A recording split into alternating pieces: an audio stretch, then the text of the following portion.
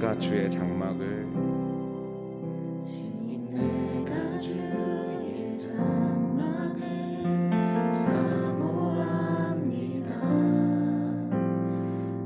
오직 주의 임재를 갈망합니다.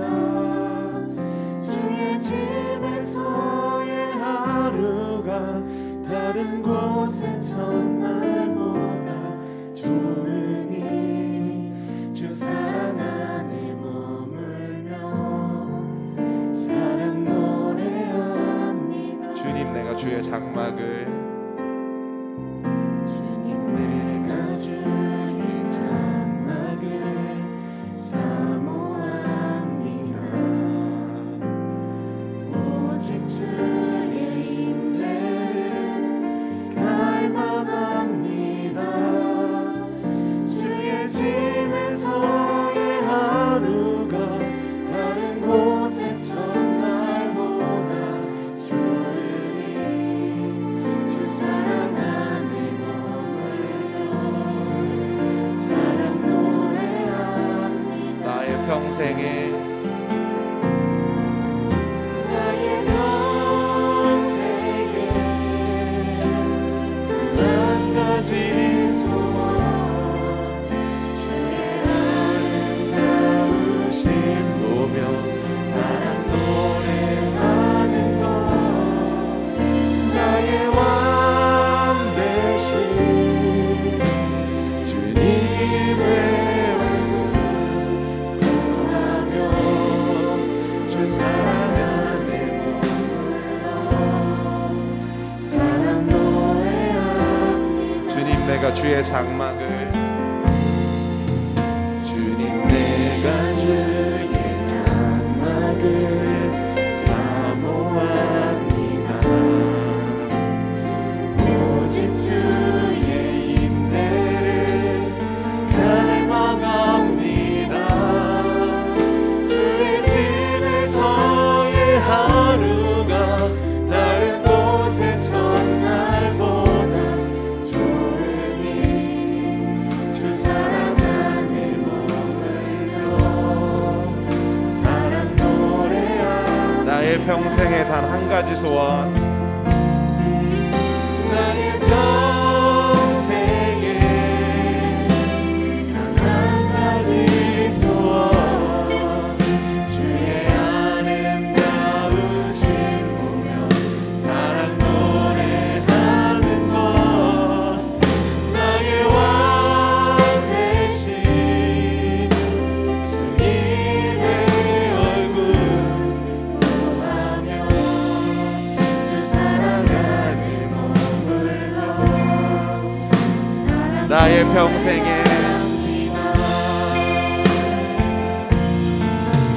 나의 평생에 단 한 가지 소원 주의 아름다우심 보며 사랑 노래하는 것 나의 왕 되신 주님의 얼굴 구하며 주 사랑 안에 머물러 사랑 노래합니다.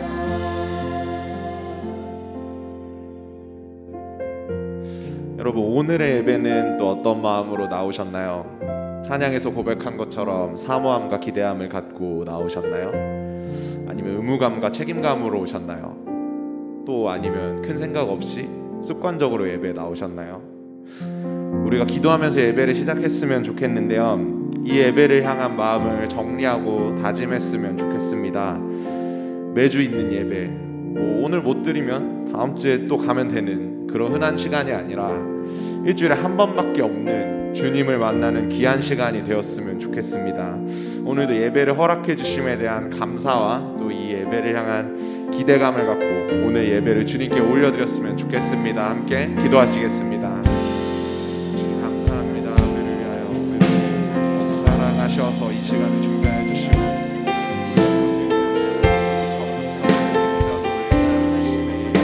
감사합니다. 주님, 우리가 그 부르심에 순종하여 나아왔습니다.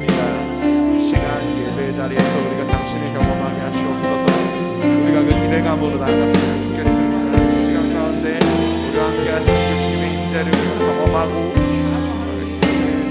오늘 시간이 되었으면 좋겠습니다. 우리 한 명 한 명 가운데 옆에 계시는 주님, 우리를 바라시는 주님, 기뻐하시는 주님, 우리가 그것을 느끼고 기대하는 경험하는 시간이 되었으면 좋겠습니다. 이 시간에 주관하시는 주님, 여기 바로 진정하며 나아갈 수 있도록 도우시옵소서.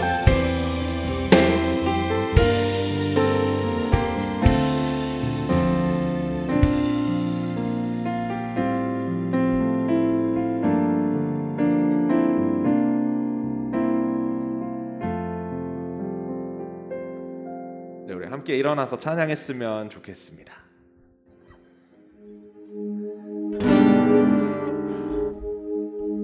찬양하시겠습니다.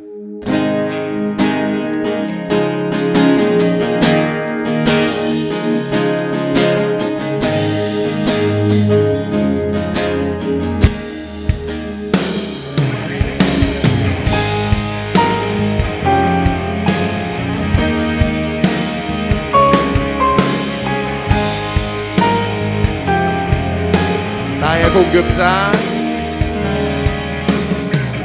나의 공급자 또 내 생명 놀라우신 하나님 주 나의 상급 삶의 이유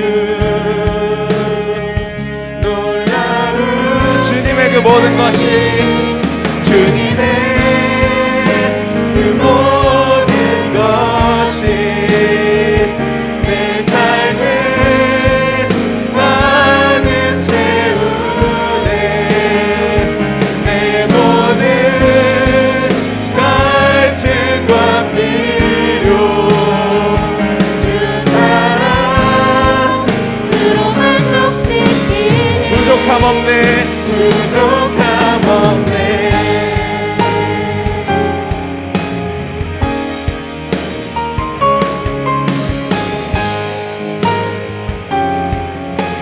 내 죄 위하여 대속하신 내 죄 위하여 대속하신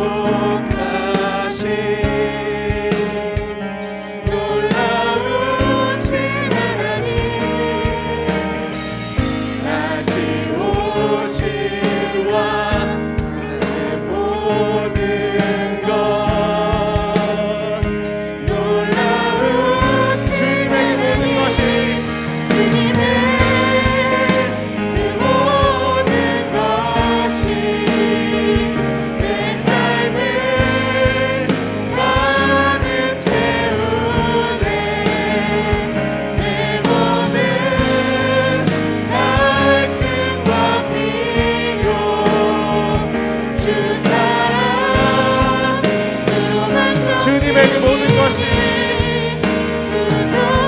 주님의 그 모든 것이 내 삶을 가득 채우네 내 모든 갈증과 필요 주 사랑으로 만족시키니 내가 원하는 내가 원하는 모든 것보다 부족함 없는 나의 주님 내가 말하고 아는 것보다 더욱더 놀라운 한 번 더 내가 원하는 모든 것보다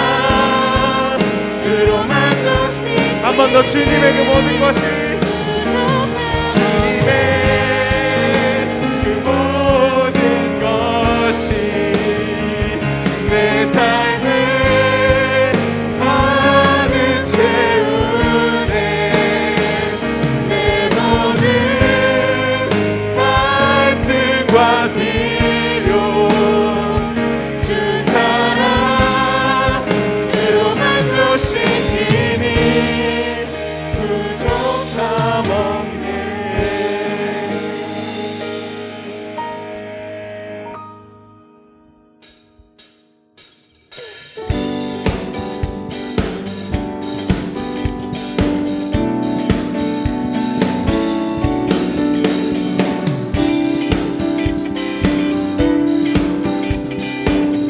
주 나와 함께 하시니 나와 함께 하시니 부족함 없네 그가 나를 이끄시니 주 따르네 그의 거리로 날 인도하네 내 영혼 노래해 어두운 길 걸어갈 때 어두운 길 걸어갈 때 나 노래하네 주 나와 함께 하시니 나 두려움 없네 주의 선함과 인자하시니 평생 날 따르 찬양 높이 계신 주께 찬양 높이 계신 주께 우리 맘을 열어 높여 모든 영광 돌리세 주 사랑하는 자나 주께 나와 높이세 주 한 번 더 찬양 높이 계신 주께 찬양 높이 계신 주께 우리 맘을 열어 높여 모든 영광 돌리세 주 사랑하는 자나 주께 나와 높이세 주 나와 함께 하시니 나와 함께 하시니 부족함 없네 그가 나를 이끄시니 주 따르네 그의 거리로 날 인도하네 내 영혼 노래해 어두운 길 걸어갈 때 어두운 길 걸어갈 때 나 노래하네 주 나와 함께 하시니 나 두려움 없네 주의 선함과 인자하시니 평생 날 따르는 찬양 높이 계신 주께 찬양 높이 계신 주께 우리 맘을 열어 높여 모든 영광 돌리세 주 사랑하는 자나 주께 나와 높이세 주의 영광 찬양 높이 계신 주께 찬양 높이 계신 주께 우리 맘을 열어 높여 모든 영광 돌리세 주 사랑하는 자나 주께 나와 높이세 주의 찬양 찬양 높이 계신 주께 영광 우리 주 아버지 주의 나라 주의 영광 영원 영원히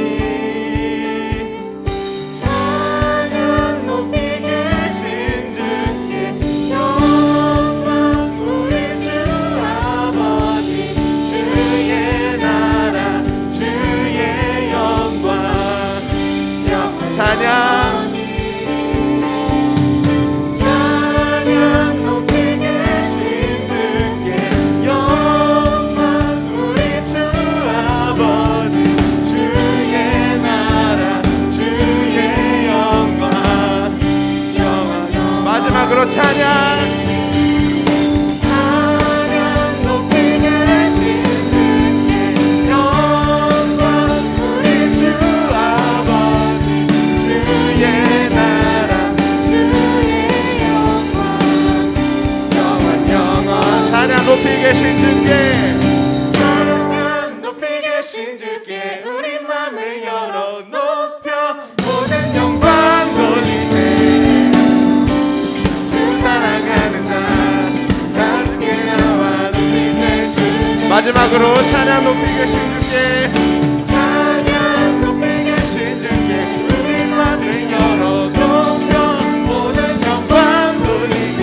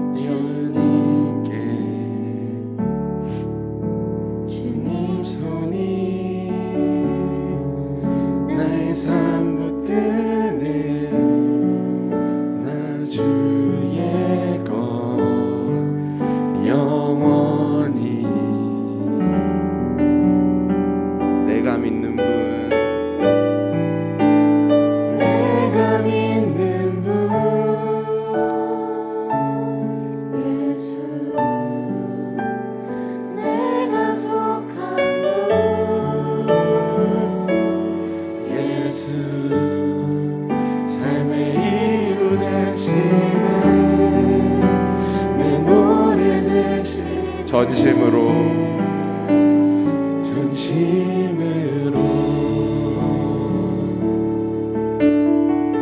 주와 함께 걸어가리라. 주와 함께 걸어가리라. 모든 길을 주신 내게 주 뜻 안에 나 살아가리. 주의 약속은 영원해. 내가 믿는 분, 내가 믿는 분 예수. 내가 속한 분 예수. 삶의 이유 대신에 내 노래 대신 내가 믿는 분, 내가 믿는 분 예수. 내가 속한 분 예수. 삶의 이유 대신에 내 노래 대신에 전심으로 전심으로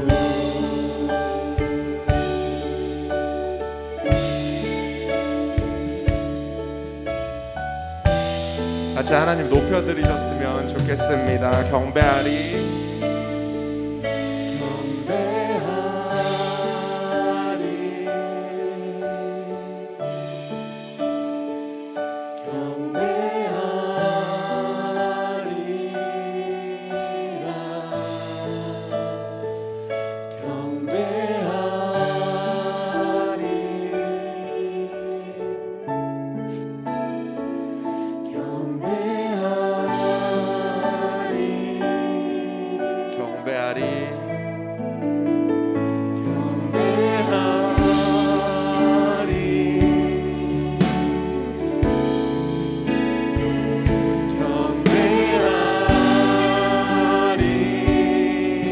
마지막으로 경배하리.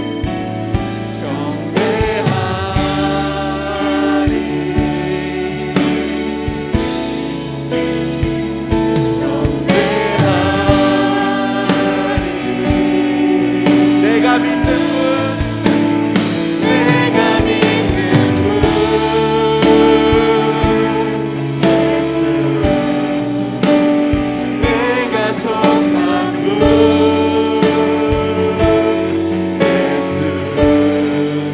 삶의 이유 대신에 내 노래. 내가 믿는 분,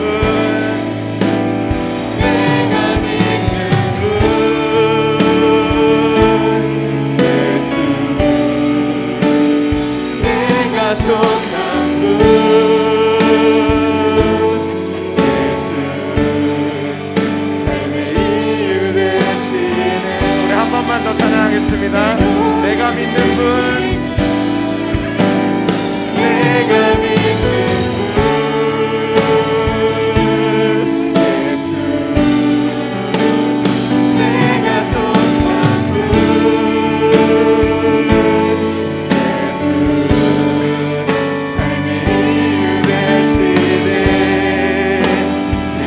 내가 믿는 분,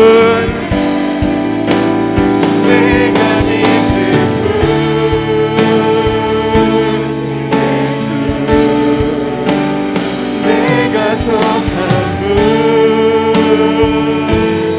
예수.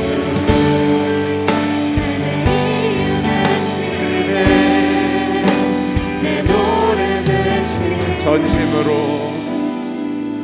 전심으로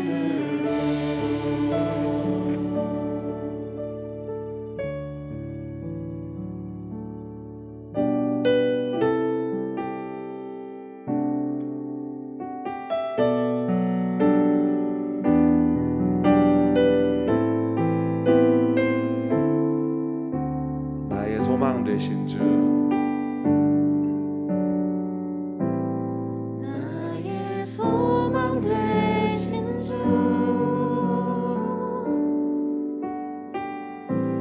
주를 바라봅니다.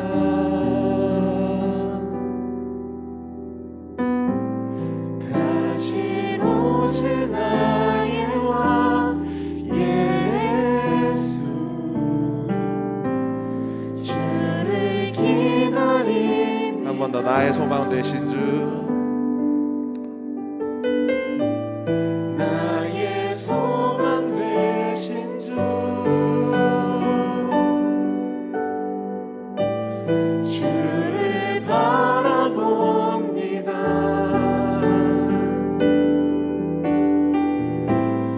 다시 오실 나의 왕 예수,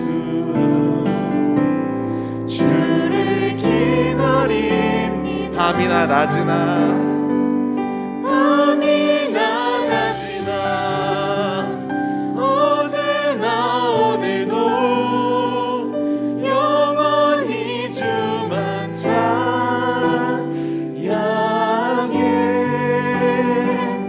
괴롭고 슬플 때 낙망하여 넘어져도 언제나 주만 찬양.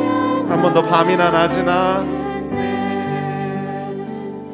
밤이나 낮이나 어제나 오늘도 영원히 주만 찬양해.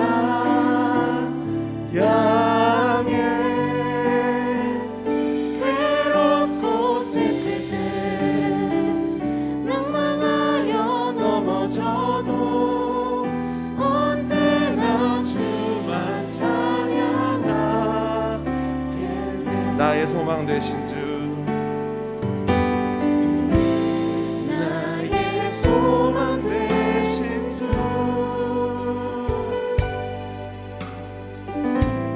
주를 바라봅니다.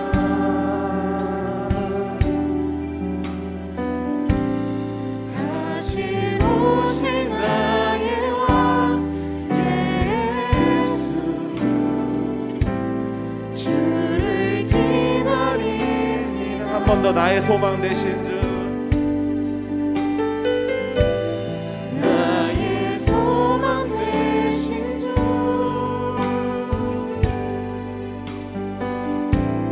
주를 바라봅니다.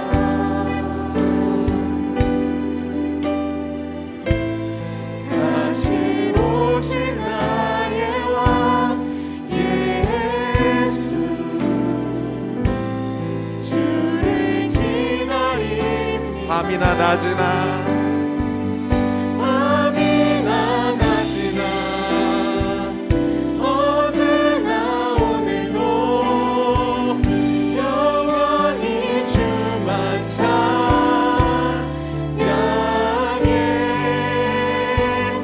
괴롭고 슬플 때 낙망하여 넘어져도 언제나 주만 찬양하게.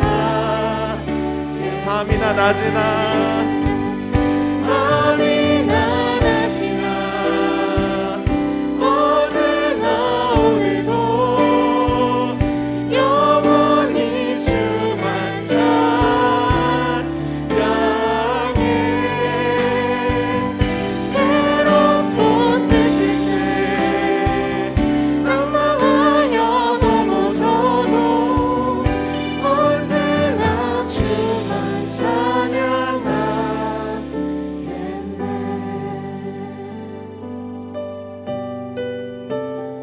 여러분의 지난 한 주는 밤이었나요? 낮이었나요?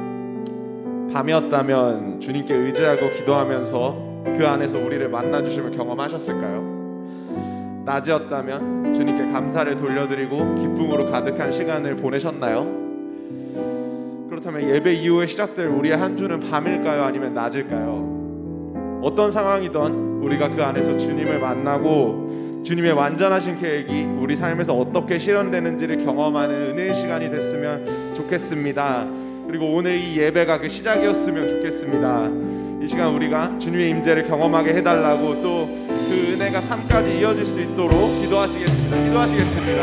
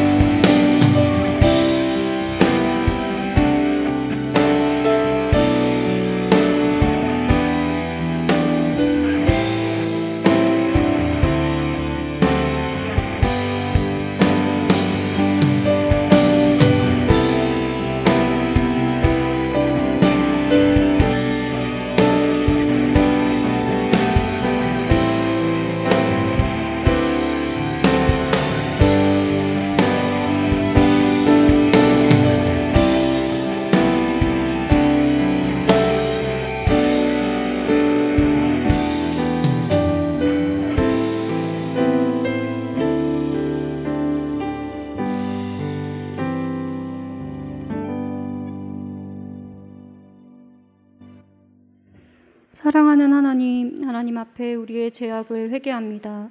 하나님께서 기뻐하지 않으시는 물질주의와 쾌락주의, 그 모든 우상숭배를 회개합니다.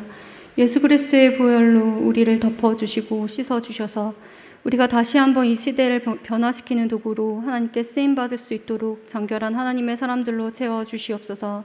치유의 하나님, 특별히 코로나 바이러스로 인해서 고통당하는 모든 환자들에게 치유와 회복의 은혜를 베풀어 주옵소서. 전 세계로 확산되고 있는 이 전염병으로 인하여서 두려움 가운데 있는 사람들에게 오셔서 하나님의 은혜와 구원을 베풀어 주시옵소서. 이들을 섬기고 있는 우리 모든 의료진들에게 하나님의 능력을 주셔서 지치지 않도록 붙잡아 주시고 백신 접종이 원활하게 이루어져서 집단 면역이 하루빨리 이루어지게 하옵소서. 소망의 하나님, 코로나 바이러스의 확산 가운데 많은 청년들과 소상공인들을 비롯한 사람들이 경제적으로 힘들고 어려운 가운데 있습니다. 하나님께서 고통당하는 사람들에게 큰 은혜를 베풀어 주셔서 그 모든 어려움 가운데서 건져 주셔서 낭망하고 있는 모든 자들에게 하나님에 대한 믿음을 갖게 하셔서 미래에 대한 절망이 아닌 하나님께서 하실 일에 대한 소망을 갖게 하옵소서. 거룩하신 하나님, 이 코로나19라는 상황을 통하여서 우리에게 말씀하시는 하나님의 음성을 듣게 하소서. 그동안 자랑해왔던 인간의 문명이 하나님 앞에서 얼마나 연약한 것인지 깨닫게 하옵소서. 모든 교만을 내려놓고 창조주가 되시며 역사의 주관자가 되시는 하나님 앞에 무릎 꿇게 하시고 하나님께로 돌아오게 하옵소서. 사랑의 하나님, 은혜강성교회 청년부 공동체를 허락하심에 감사를 드립니다. 우리가 하나님을 바로 알게 하시고 눈을 밝히셔서 각자의 부르심의 소망이 무엇인지 알게 하시고 하나님 기업 영광의 풍성함을 알게 하시며 하나님 능력의 크심을 알게 하옵소서. 또한 우리를 긍휼히 여기사 친히 가르쳐 주시옵소서. 우리가 그 가르치심을 기쁨으로 받아들이며 주 안에서 사랑을 키워가고 아픔은 나누고 연약함은 서로 도우며 하나님의 사랑만을 온전히 드러내는 은혜의 공동체가 되게 하옵소서. 죄성으로 날마다 쓰러지는 우리에게 일어날 힘을 허락하여 주시고 할 수 없다, 소망이 없다고 속삭이는 세상의 거짓된 말에 속지 아니하고 이 땅의 창조주이시며 주인이시고 진리 되신 하나님만을 소망으로 두고 날마다 하나님을 닮아가는 삶을 통하여서 기쁨과 감사로 이 땅에서 천국을 누리는 우리가 되게 하여 주시옵소서. 청년부 공동체가 서로 사랑하는 모습을 통하여서 이 땅의 모든 잃어버린 영혼들이 하나님을 발견하고 돌아오기를 소망합니다. 우리의 이웃인 지역사회와 학교, 직장 등 각자 속한 가운데에 담대함과 소망의 능력을 허락하여 주셔서 빛과 소금의 역할을 잘 감당하는 주의 자녀로 살게 하옵소서. 은혜 강성교회의 성전 건축이 잘 이루어지게 하심에 감사를 드립니다. 이곳에서 드리는 예배가 하나님이 기뻐 받으시는 영적인 예배가 되게 하시며 하나님 나라를 세워가는 교회가 되게 하여 주옵소서. 이 땅에 하나님의 임재와 영광으로 가득 차는 부흥의 날을 허락하여 주시고 이 민족을 통하여서 또한 우리를 통하여서 수많은 나라와 민족이 주께로 돌아오게 하소서. 섬기고 있는 선교지들 가운데에 코로나로 인해 멈추어진 것처럼 보이나 분명히 하나님께서 가장 크게 일하고 계심을 우리가 믿습니다. 인도와 캄보디아, 조도 선교 가운데에 함께하여 주셔서 바이러스와 악한 사단으로부터 선교사님들과 믿음의 자녀들을 지켜주시며 그들을 통하여서 또 우리의 기도를 통하여서 하나님 나라가 확장되게 하여 주시옵소서. 또한 청년부를 섬겨주시는 강도사님, 부감님, 부장님, 임원들, 순장님들 특별히 더 축복하여 주시고 섬기는 손길들 가운데에 은혜와 능력들을 더하여 주시옵소서. 말씀을 대언하시는 여민진 강도사님을 붙잡아 주셔서 듣는 자마다 말씀의 능력을 경험케 하시며 말씀으로 날마다 성장하는 공동체가 되게 하여 주시옵소서. 우리의 유일한 소망이 되시며 모든 것의 창조자이신 예수 그리스도의 이름으로 기도합니다. 아멘.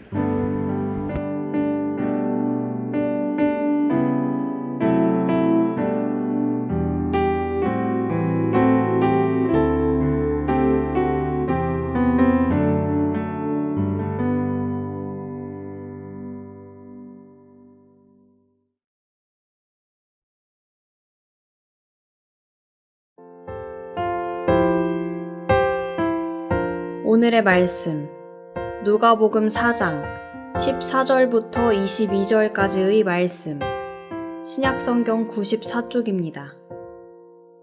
예수께서 성령의 능력으로 갈릴리에 돌아가시니 그 소문이 사방에 퍼졌고 친히 그 여러 회당에서 가르치심에 못 사람에게 칭송을 받으시더라. 예수께서 그 자라나신 곳 나사렛에 이르사 안식일에 늘 하시던 대로 회당에 들어가사 성경을 읽으려고 서심해 선지자 이사야의 글을 들이거늘 책을 펴서 이렇게 기록된 데를 찾으시니 곧 주의 성령이 내게 임하셨으니 이는 가난한 자에게 복음을 전하게 하시려고 내게 기름을 부으시고 나를 보내사 포로 된 자에게 자유를 눈먼 자에게 다시 보게 함을 전파하며 눌린 자를 자유롭게 하고 주의 은혜의 해를 전파하게 하려 하심이라 하였더라. 책을 덮어 그 맡은 자에게 주시고 앉으시니 회당에 있는 자들이 다 주목하여 보더라. 이에 예수께서 그들에게 말씀하시되 이 글이 오늘 너희 귀에 응하였느니라 하시니 그들이 다 그를 증언하고 그 입으로 나오는 바 은혜로운 말을 놀랍게 여겨 이르되 이 사람이 요셉의 아들이 아니냐. 아멘. 오늘도 예배를 통해서 하나님 깊이 만나는 그런 은혜강성교회 청년들이 되시기를 소망합니다. 여러분, 정치인들이요, 중요한 선거에 출마 선언을 한 뒤에 첫 번째 방문하는 곳은요, 정치적인 메시지가 있기 마련입니다. 자기의 정책과 그리고 자기의 비전이 담겨 있는 곳을요, 이 첫 번째 방문 장소로 삼는 것은 어쩌면 당연한 일이겠죠. 그런데 오늘 예수님께서도요, 자신의 공생의 사역을 시작하시면서 이렇게 갈릴리로 가시는 장면이 나옵니다. 우리 같이 14절을 함께 읽어보실까요? 14절입니다. 예수께서 성령의 능력으로 갈릴리에 돌아가시니 그 소문이 사방에 퍼졌고, 아까 말씀드렸듯이요, 이 정치인들이 중요한 선거에 출마한 다음에요, 가장 먼저 방문하는 곳은 그 정치적인 메시지가 가득 담겨 있는 것을 많이 볼 수가 있습니다. 근데 예수님께서는요, 그런 장소로 지금 갈릴리를 선택하신 거예요. 어쩌면 우리 입장에서 보면은 갈릴리를 예수님께서 이 첫 번째 사역지로 삼았던 것이 좀 이해하기는 좀 어려운 결정으로 보입니다. 왜냐하면요, 이 갈릴리라는 이곳이 예수님께는 굉장히 거대한 두 가지의 장벽이 존재했었거든요. 우선 첫 번째 장벽은요, 갈릴리는 이 유대 땅에서 가장 낙후했던 그런 곳이었습니다. 왜냐하면 그곳에 사회적으로 이 소외 계층들이 굉장히 많이 밀집되어 있던 그런 곳이었거든요. 그래서 일반적인 그 유대인들이 이 멸시를 좀 많이 받았던 곳이 바로 이 갈릴리 땅이었습니다. 여러분, 이런 곳에서 사역을 하면요, 주목받기가 굉장히 어렵습니다.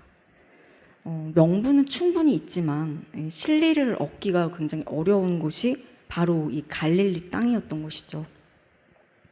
게다가 그곳은요, 예수님의 고향이셨어요.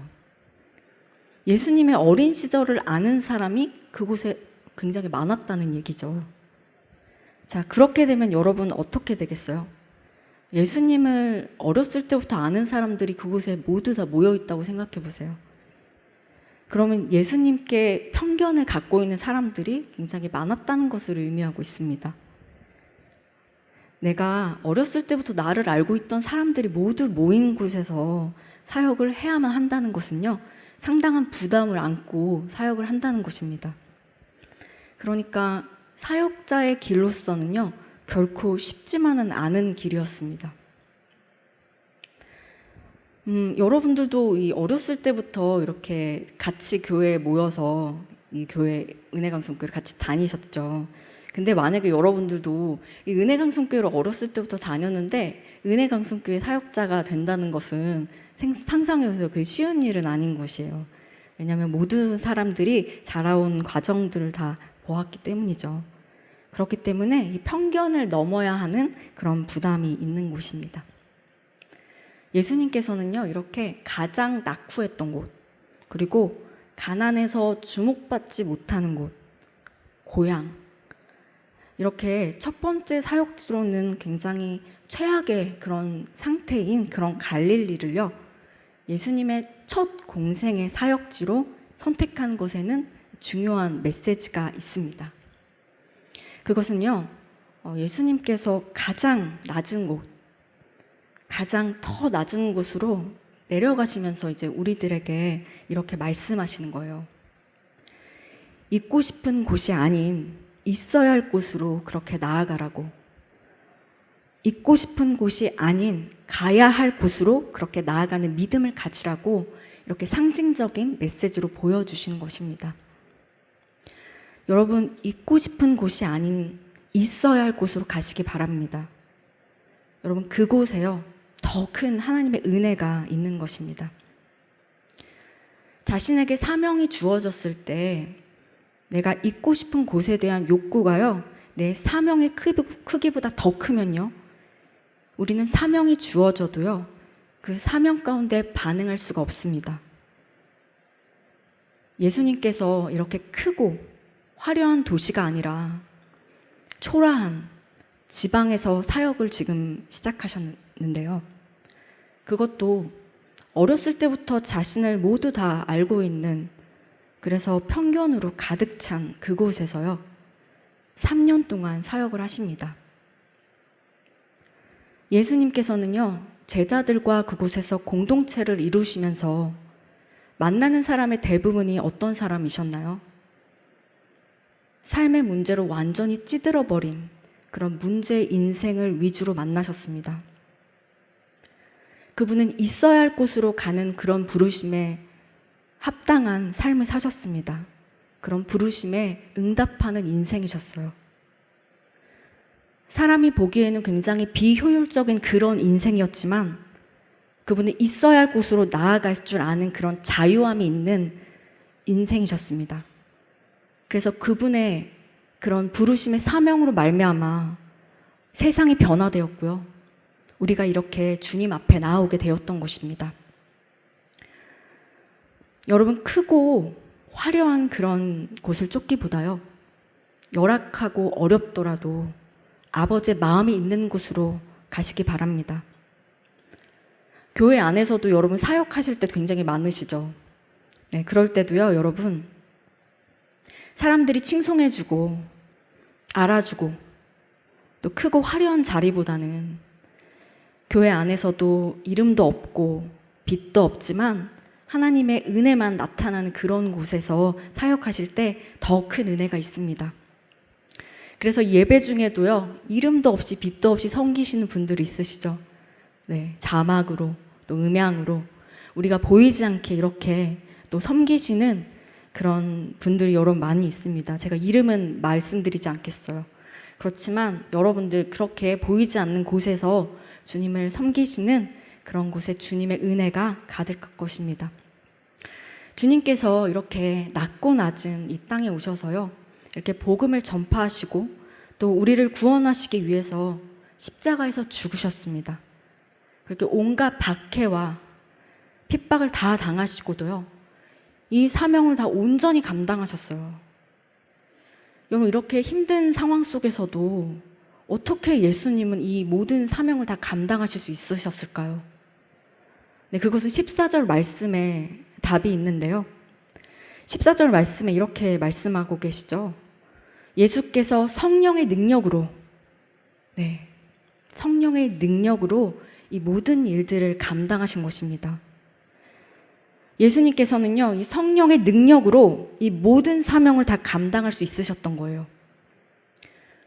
예수님의 일생의 삶을 살펴보면은 언제나 있었던 것이 무엇일까요? 그것이 바로 성령의 기름 부으심입니다. 성령의 기름 부으심은요, 어떤 특별한 영적인 경험, 그런 것들이 아니에요. 그것은 어떤 사건이 아니고요, 예수님의 삶 그 자체였습니다. 예수님께서는 그가 하는 모든 일에 다 이 성령님과 함께 동행하셨음을 우리가 늘 볼 수 있는데요. 여러분, 예수 그리스도라고 이 말씀하는 이 그리스도라는 뜻이요, 이 바로 기름 부은 자라는 뜻입니다. 예수님께서 이 요한에게 세례를 받을 때 어떻게 여러분 세례 받으셨죠? 성령이 비둘기같이 그런 형체로 예수님께 강림하셨죠. 그렇게 성령의 기름 부으심은요, 그렇게 임했습니다.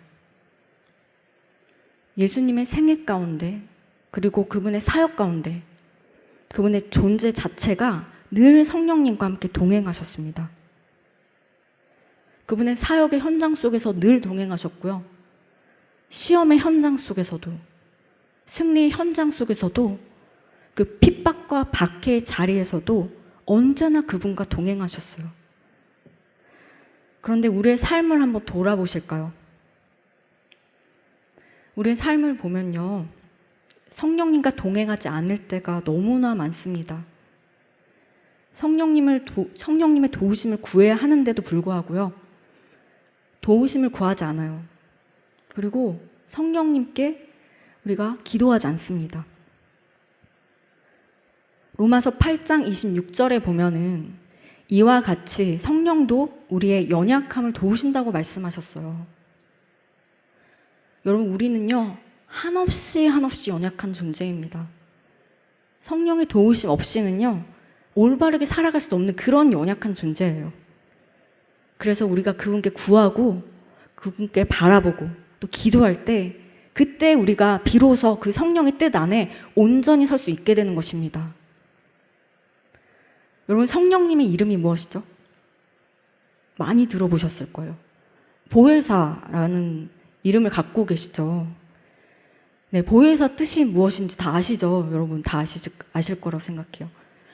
권면자, 도움을 주는 자, 상담자, 위로자, 이런 뜻을 갖고 계시죠. 하나님께서 이렇게 성령님을 우리에게 보내주실 때는요, 그에 맞는 사명을 우리가 누릴 수 있다는 것입니다. 여러분이 이렇게 성령님의 이름처럼 그분의 도우심과, 그리고 그분이 우리를 항상 상담해 주시고요, 그리고 그분이 항상 우리에게 위로가 되시는데, 여러분은 그런 성령님의 역할들을 잘 누리고 계십니까? 삶의 많은 문제 앞에서 이렇게 성령님의 도움을 받고요, 위로를 받고, 이렇게 내가 늘 어떤 중요한 일을 결정할 때 사람보다도 먼저 더 찾아가서 그렇게 조언을 구하고 계시는지 묻고 싶습니다. 우리는 늘 모든 것들을요, 이 성령님과 상의하는 삶을 살아야 합니다. 여러분, 성령님의 계시 그리고 그분의 통찰이요, 여러분과 제가 생각하는 것보다 훨씬 더 놀랍게 우리를 이끌어 가시거든요. 그래서 우리가 성령 앞에 겸손하게 엎드려 구하는 것이요, 인생의 그 무엇보다 가장 먼저 이루어져야 할 그런 우선순위가 돼야 하는 것입니다. 그래서 날마다 우리가 사소한 일 하나까지 그 성령님께 물을 때요, 그때 여러분 어떤 것이 쌓이게 되죠? 네, 성령님과 동행하는 그런 추억들, 그런 사건들, 그런 역사들이 내 안에 그렇게 차곡차곡 쌓이게 되는 것입니다. 여러분, 그럴 때 주님의 역사를 보게 되는 것이죠. 그럴 때 내가 그 경험을 할 때 더 주님을 신뢰하게 되고 성령님과 동행하게 되는 것입니다. 이렇게 여러분의 인생 가운데 그렇게 성령님과 동행의 기록이 계속 쌓여서 늘 성령의 충만함으로 그렇게 살아가시길 소망합니다. 여러분 보세요. 예수님은요, 크고 화려한 곳이 아니라 이렇게 열악하고 어려운 곳이었지만 성령의 능력으로 이 모든 일들을 감당하셨습니다. 누구도 예수님에 대해서 홍보는 하지 않았지만요, 성령님과 함께 동행하시고 그렇게 동역하시면서 늘 영광의 자리로 인도하심을 받았죠. 이 16절에 보면은 예수님께서 자신의 고향인 이 나사렛으로 가십니다. 그리고 이 안식일에 회당에서요, 이 성경을 읽으시는데 그 성경의 말씀이 바로 이 이사야의 말씀이었습니다. 16절과 17절을 우리 다 같이 읽겠습니다. 예수께서 그 자라나신 곳 나사렛에 이르사 안식일에 늘 하시던 대로 회당에 들어가사 성경을 읽으려고 하시매 선지자 이사야의 글을 들이거든 책을 펴서 이렇게 기록된 데를 찾으시니 곧. 당시에 이 나사렛 마을의 인구는요, 약 400명이 채 되지 않았어요. 그리고 굉장히 나사렛은 가난했던 지역이었습니다. 이 당시 이 나사렛 회당에는요, 우리가 가지고 있는 이런 성경책이 아니라 두루마리 그런 성경을 가지고 하나님께 이제 예배를 드렸던 것이죠. 그래서 예수님은 지금 이 장면에서 이사야 그 두루마리를 받으신 거예요. 우리가 갖고 있는 이런 성경책이 아니고요. 지금 이사야 두루마리를 받으시고 예수님께서 말씀하신 것이 바로 이 18절과 19절입니다. 18절과 19절도 우리 함께 같이 읽어보시겠습니다. 주의 성령이 내게 임하셨으니 이는 가난한 자에게 복음을 전하게 하시려고 내게 기름을 부으시고 나를 보내사 포로된 자에게 자유를, 눈먼 자에게 다시 보게 함을 전파하며 눌린 자를 자유롭게 하고 주의 은혜의 해를 전파하게 하려 하심이라 하였더라. 여러분, 제가 아까 말씀드렸듯이 처음에 그 정치인들이 첫 번째 출마 선언하고 나서 가는 지역이 굉장히 상징적인 의미가 있다고 했잖아요. 그거 마찬가지로 정치인들이 이제 첫 번째 당선되고 난 취임 연설도 굉장히 주목해 볼 필요가 있습니다.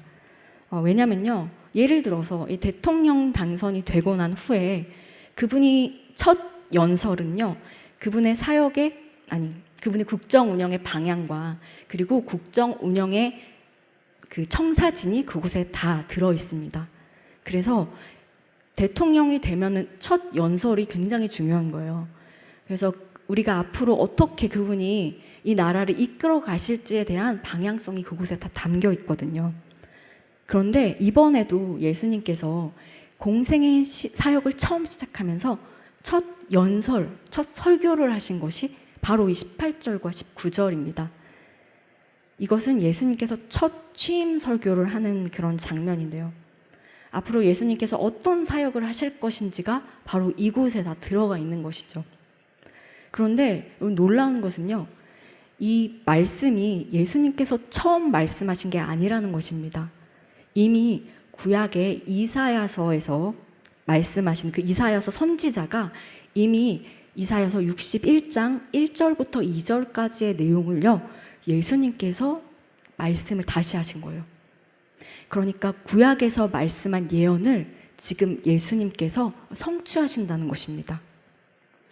이 말씀이 바로 이사야가 한 그 말씀이요, 앞으로 오실 메시아가 할 사역에 대해서 말하는 거거든요.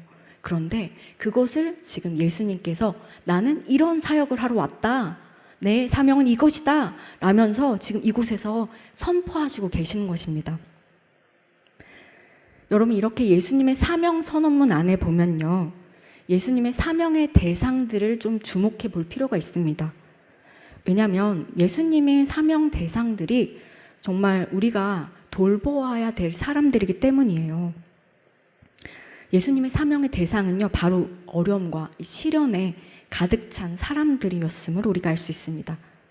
가난한 자, 포로된 자, 눈먼 자, 억눌린 자에게 복음을 선포하라라고 말씀하고 계시죠.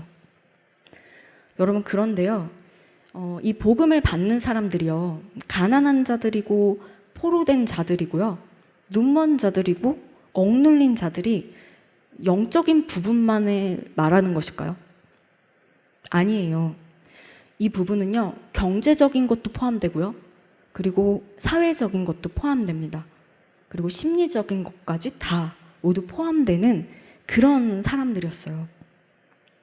여러분, 예수님께서는요, 영혼만을 관리하는 분이 아니시죠. 영적인 것과 현재적인 것 모두에게 다 응답하시는 구원자이십니다.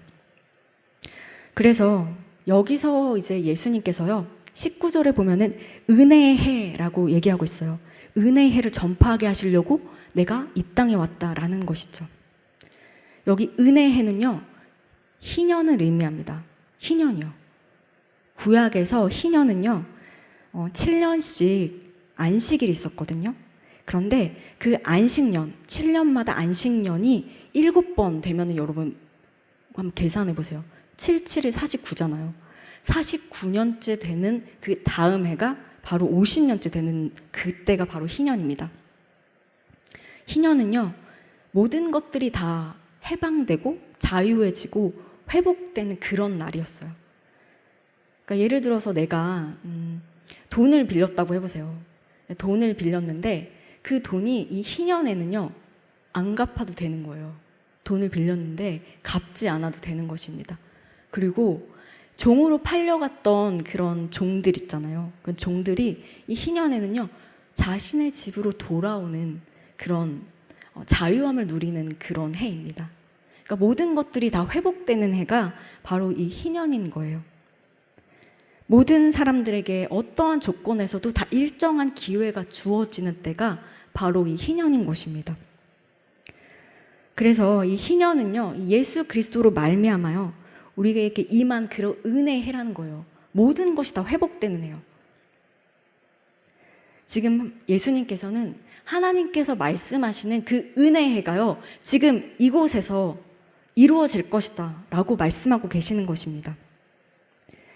여러분, 이 말씀을 한번 다시 보시겠어요? 먼저 포로된 자에게 자유를 주십니다.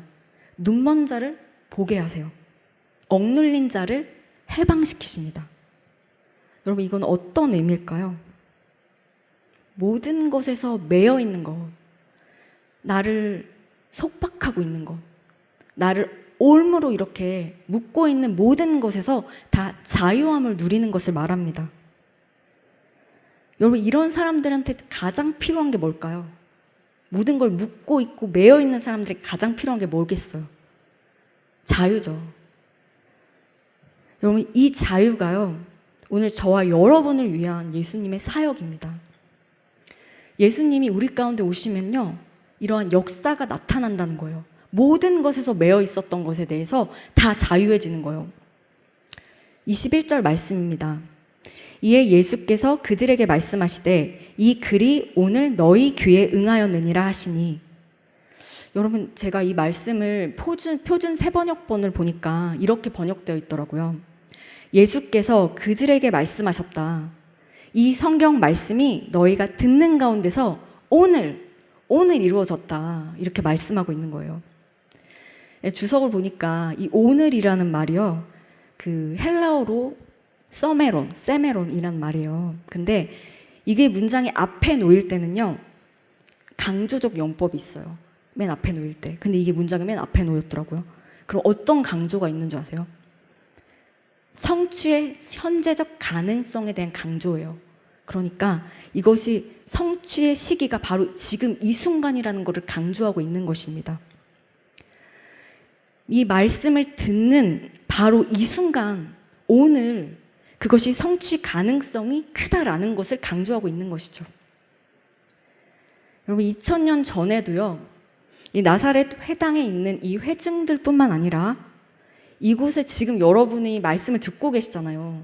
이 말씀을 듣고 계신 여러분, 바로 오늘 이 자리에 그 약속이 성취의 가능성이 크다는 것을 말씀하고 있는 것입니다. 바로 이 말씀을 듣고 있는 여러분에게 행하실 바로 예수님의 사역이에요. 파산당한 것 같은 우리의 그런 포로된 인생 가운데 주님께서 이러한 자유를 저와 여러분께 허락해 주신다는 것입니다. 그래서 모든 것들이 다 회복된다. 그것을 누리라고 말씀하고 있는 것이죠. 여러분, 이렇게 예수님께서는 우리에게 새로운 소망을 주십니다. 우리가 묶여있던 것, 모든 것에서 다 이렇게 자유를 주신다고 말씀하고 계세요. 그런데 여러분, 지금 어떤 것에 사로잡혀 계십니까? 여러분의 인생은 어떤 것에 포로가 되어 계세요? 여러분을 묶고 있는 것이 혹시 낙심입니까? 혹시 진로의 문제로 많이 절망하고 계신 거예요? 아니면 여러분을 묶고 계신 것이 혹시 반복되는 그런 죄 때문입니까? 아니면은 술 때문이에요? 오늘 이 자리에는요, 거룩하지 못한 것에 포로된 인생 가운데 예수 그리스도가 은혜의 해를 선포하고 계시는 것입니다. 모든 여러분을 매었던 그런 결박들 있잖아요. 내가 벗어나고 싶은데도 늘 벗어나지 못하는 그것에 주님께서 자유롭게 하신다고 말씀하고 계시는 거예요. 자유와 평안, 기쁨과 안식, 진정한 평화가요, 바로 예수 그리스도를 믿는 자 가운데 이 자유함을 내가 허락한다. 너는 해방이다. 라고 주님께서 이렇게 여러분을 향해서, 저를 향해서 선포하고 계시는 것입니다. 그런데 여러분, 이렇게 예수님께서요, 여러분과 저에게 이렇게 포로된 것들을 누리게 하는, 포로된 것들에게서 자유함을 누리게 하는 그런 자유를 왜 허락해 주실까요? 여러분만 그것을 누리라고 이 자유를 허락해 주시는 것일까요? 아닙니다. 하나님께서는요, 그 자유를요, 먼저 예수님에게 경험하게 하셨고요. 그리고 예수님을 우리에게 보내셨습니다. 그런데 이제는 그 사명을 우리에게 감당하라고 우리를 보내시는 거예요. 여러분, 그런데 우리를 보내셨는데 우리가 가지고 있지 않은 것들을 어떻게 나눠주겠어요? 내 안에 사랑이 있어야 그 사랑을 나눠줄 수 있고요. 내 안에 성령의 충만함이 있어야 그 은혜가 흘러가는 것입니다. 자유도 마찬가지죠. 내 안에 모든 결박에서 자유해야만 그 자유를 전할 수 있는 것입니다. 오늘 말씀을 나누고 이렇게 예배를 드리는 청년들 가운데 예수 그리스도로 말미암아 여러분이 정말 여러분을 묶고 있는 모든 사슬에서부터, 그 매임에서부터 자유하게 되는 그 은혜가 있기를 소망합니다. 예수님께서요, 이 땅에 오신 이유는요, 우리를 그 모든 결박과 그 속박에서 자유하게 하기 위해서 예수님께서 오셨어요. 파산당한 것 같은 이렇게 포로된 인생 가운데 그 자유를 허락하시고 주님께서 우리를 회복시키시기 위해서 이 땅에 오셨습니다. 그리고 우리는 그 자유를 경험하고요, 그 자유의 복음을 전하기 위해서 우리는 그 사명을 받은 자들입니다. 예수님께서는 우리 개인의 구원에 머무르는 것을 원하지 않으세요. 공동체의 구원을 위해서 내가 보냄받은 그 사명을 감당하기를 누구보다도 원하시는 것입니다. 그래서 가난한 자에게 복음을 전하고요, 포로된 사람들에게 자유를 전하고, 눈먼 사람들에게 다시 보게 함을 선포하고, 억눌린 사람을 풀어주라고 그렇게 우리는 보냄을 받은 것이죠. 예수님의 이 사명 선언문이요, 곧 우리의 사명 선언문인 것입니다. 그래서 우리가 매였던 모든 것에서 다 결박 가운데서 이 자유함을 먼저 경험하고요, 그 자유함을 전하라는 것이죠. 그 복음의 자유를 여러분이 전하게 된 사명을 받은 자들입니다. 그런데 오늘 본문 속에서 예수님의 이런 경이로운 이런 역사 가운데서 이 역사를 제한하는 것들을 보게 됩니다. 22절을 함께 읽겠습니다. 그들이 다 그를 증언하고 그 입으로 나오는 바 은혜로운 말을 놀랍게 여겨 이르되 이 사람이 요셉의 아들이 아니냐. 여러분, 이게 무엇입니까? 18절 19절에서 이사야의 예언이 지금 이루어졌다고 예수님께서 분명히 선포하셨잖아요. 근데 그때 그 선포하실 때요, 사람들의 반응은요 어땠어요? 그 은혜로운 말을 놀랍게 여겼대요. 감탄했다고 얘기하고 있습니다. 감탄하고 놀랐는데요, 믿지는 않았어요. 그 입으로 나오는 바가 굉장히 은혜롭다고 놀라기도 했고요, 감탄하고 자극도 받았습니다. 감동도 받았어요. 그런데 믿지는 않았다는 거예요. 여러분, 이 모든 것과 믿음은 전혀 다른 것입니다. 내가 그것을 맞다고 동의하고 그것에 감동하고 뭐 그런 것들이 있을 수 있지만 그게 곧 믿음은 아닌 것입니다. 놀라워하는 자극과 믿음은 완전히 다른 것이죠. 그런데 여러분, 중요한 것은요, 감동만 해서는 역사가 일어날 수 없습니다. 믿지 않으면 주님의 역사를 볼 수 없어요. 그들에게는 이 믿음을 방해하는 요소가 있었기 때문입니다. 여러분, 지금 이 나사렛 사람들은요, 예수님의 말씀에 분명히 감탄했습니다. 놀랐어요. 그런데 연이어 어떤 질문을 던지고 있습니까? 이 사람이 요셉의 아들이 아니냐. 여러분, 예수님은요 가난한 목수의 아들로 태어나셨죠. 그리고 나사렛에서 자라셨습니다. 그들은 예수님의 유년기에서부터 청소년기를 가까이 보아왔고요. 그리고 초라하고 별 볼 일 없었던 청년 예수의 인생사를 모두 다 알고 있었어요. 그런데 갑자기 그 동네 청년 예수가 하나님이 약속하신 메시아라고 말하는 게 믿겨지지 않는 것입니다. 감탄하고 놀라서 감동은 받았지만 정신을 차리고 보니까 내 앞에 있는 사람이 그 진한 눈으로 계속 봤던 그 청년 예수인 거예요. 예수님에 대한 그런 경험이 있었고, 이들은 예수님에 대한 어린 시절의 판단이 이들의 눈앞에 있었습니다. 편견으로 사로잡힌 것이죠. 그게 바로 이들이 예수님의 기적을 믿지 못했던 방해 요인이었던 것입니다. 예수님께 놀라긴 놀랐지만, 그가 하는 말이 감동스럽긴 했지만 내 눈으로 본 게 있었어요. 바로 청년 예수의 모습이요. 그들에게는 예수님이 목수의 아들일 뿐입니다. 여러분, 근데 우리도 마찬가지입니다. 우리가 예수님의 말씀에 기적의 주인공이 되지 못한 이유는 이런 것들 때문이에요. 말씀에 감탄을 하다가도요, 말씀에 감동은 해요. 그런데 믿지는 않습니다. 감탄하고 놀라워는 하는데요, 곧 내 안에 질문들이 생기는 거예요.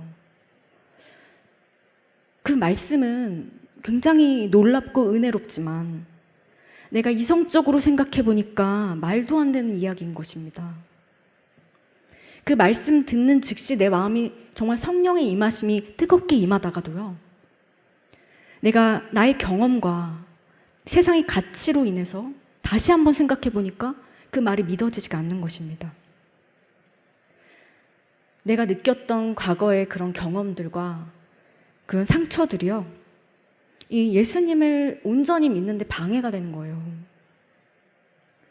하나님의 일하심을 온전히 믿지 못하기 때문에 이 수많은 요소들이 나를 온전히 하나님께 나아가지 못하게 하는 것입니다. 말씀에 대한 내 경험과 그리고 아무리 해도 일어나지 않았던 그런 사건들이 나의 발목을 잡고 있는 것이죠. 여러분, 이런 상황 앞에서는요, 우리가 주님의 온전히 일하심을 볼 수가 없습니다. 여러분, 이 상황을 볼 때 하나님이 역사하시려고 해도요, 역사할 수 없는 이유는 무엇일까요? 그 가장 큰 장애물은 무엇일까요? 그것은 바로 믿음 없는 나 자신입니다. 절망적인 상황도 아니고요, 냉혹한 현실도 아닙니다. 끊임없이 나를 좌절시키는 그 문제 자체도 아닙니다. 진짜 문제는요, 믿음 없는 우리 자신이에요. 왜냐하면 하나님께서는요, 이 믿음을 통해 역사하시고 일하시기 때문에 이 믿음이 없으면요, 하나님의 역사를 기대할 수가 없습니다.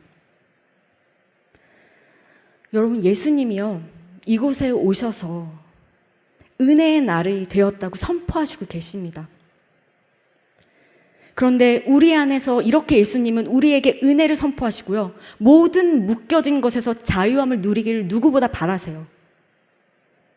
그런데 여러분, 이것을 지금 여러분에게 이루려고 하신 그것의 장애물은 무엇입니까? 여러분의 심령 속에서 질문하고 있는 그 질문은 무엇입니까? 비이성적이게 보이는 그 말씀이 여러분을 묶고 계세요? 아니면 지난 나의 상처들, 예수님께 늘 물었지만 대답 없는 것 같은 그런 경험들이 여러분을 묶고 계세요? 아니면 번번이 같은 문제로 넘어지는 것이 여러분 걸림돌입니까? 믿음이 없이는요, 역사하는 것이 이루어질 수 없습니다. 지금 주의 은혜의 날이 임했다고 말씀하고 계세요. 말씀에 분명히 말씀하시죠. 이 말이 듣는 자리에서 오늘 이루어졌다고요. 이 말씀은요, 현재 진행형입니다. 이 말씀은 현재 진행형이라고요. 하나님께서는요, 주님을 통해서 이 선언을 저와 여러분에게 바로 이 자리에서 하고 계신다는 것입니다. 오늘 이 순간, 허락된 이 시간 가운데 모든 깨어지고 부서진 포로에 된 우리의 인생을요, 주님께서 온전하게 회복시키실 거라고 말씀하고 계십니다. 이것을 믿음으로 바라보고 믿음으로 받고 그것을 누리는 우리 은혜강성교회 청년들이 되시기를 소망합니다. 이렇게 예수님께서요, 이렇게 기름 부으심을 받은 이유는요, 가난한 자에게 복음을 주시고 포로된 자를 자유케 하시고요, 눈먼 자들을 보게 하시고 억눌린 자를 해방시켜 주시려고 이곳에 오셨습니다. 여러분, 어떤 인생의 문제를 가지고 주님 앞에 계십니까? 여러분, 그 모든 문제를요, 주님 앞에 맡기시기 바랍니다. 여러분, 예수님의 또 다른 이름이 무엇이죠? 구원자시잖아요. 구원자. 여러분, 예수님은요, 구원이 필요한 모든 사람에게 역사하신다는 사실을 늘 기억하시는 저와 여러분이 되시기를 소망합니다. 기도하시겠습니다. 하나님 아버지, 주님을 온전히 믿는 믿음으로 주님이 행하시는 일들을 경험하기를 간절히 소망합니다. 우리 인생의 모든 매여있던 사슬에서 우리가 진정한 자유를 누리기를 간절히 원합니다. 성령의 충만함으로 늘 믿음으로 반응하는 그런 축복된 인생이 되게 하여 주시옵소서. 예수님 이름으로 기도드립니다. 아멘.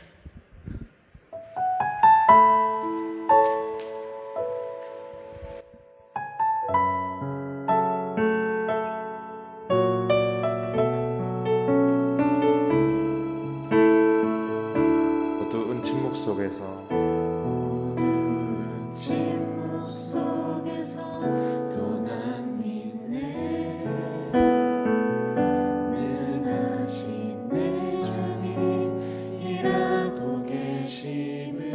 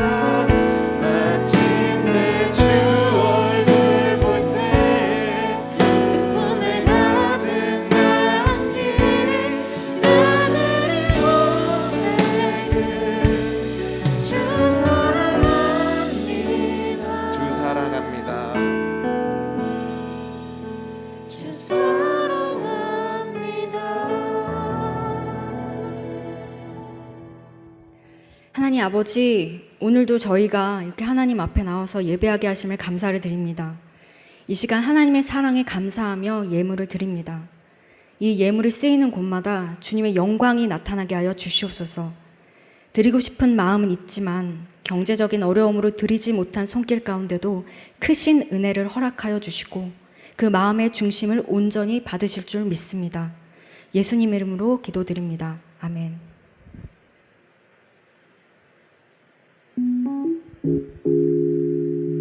네, 광고 시간입니다. 다음 주일은 맥주절로 드립니다.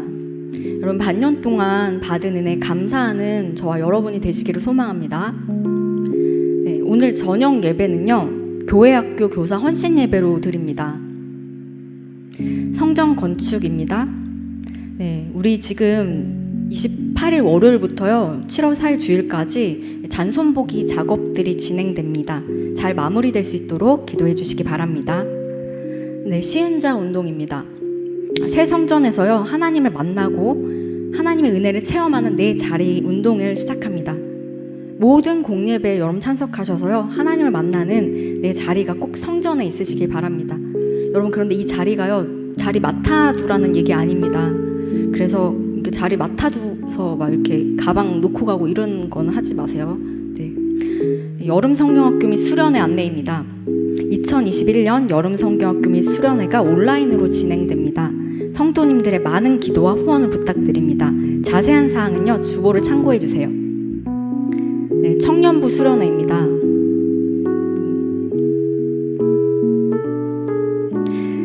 제가 너무 빨리 말했나 봐요.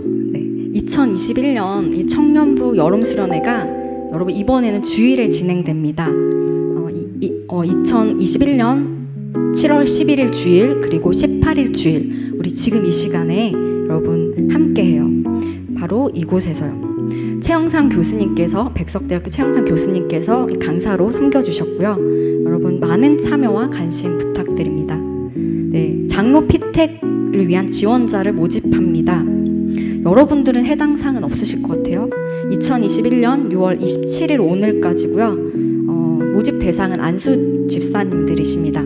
자세한 사항은 교회 홈페이지를 참고하시기 바랍니다. 재직회입니다. 다음 주 저녁 예배 때는요, 1부 맥주 감사절 찬양 예배와 2부 재직회로 모입니다. 네, 주차 안내는 여러분들 주차에 불편이 없으시도록요, 입차는 예배 30분 전부터 가능합니다. 등록된 차량만 주차할 수 있으니까요, 여러분 자세한 사항은 교구장님께 문의해 주시기 바랍니다.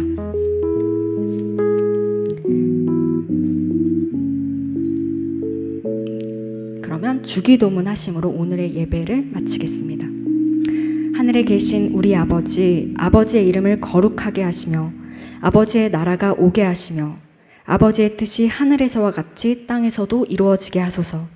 오늘 우리에게 일용할 양식을 주시고 우리가 우리에게 잘못한 사람을 용서하여 준 것 같이 우리의 죄를 용서하여 주시고 우리를 시험에 빠지지 않게 하시고 악에서 구하소서.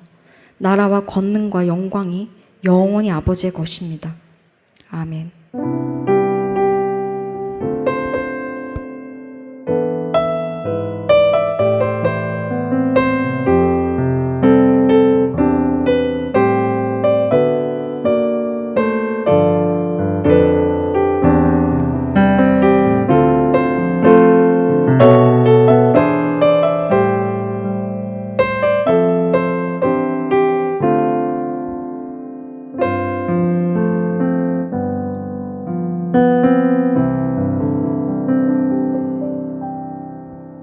함께 일어나서 화성 찬양하시겠습니다.